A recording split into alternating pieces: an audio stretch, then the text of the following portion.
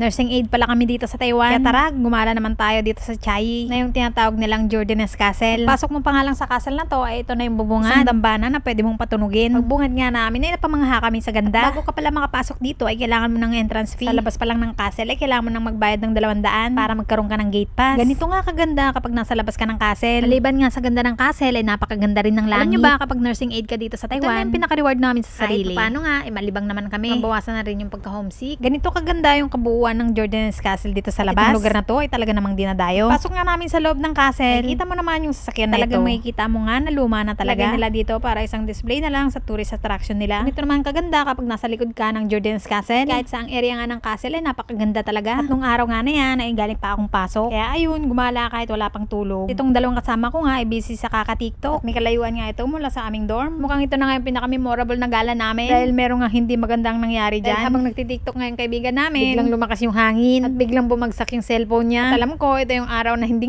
rin niya makakalimutan. Nalungkot nga kami at mas lalong nalungkot nga siya.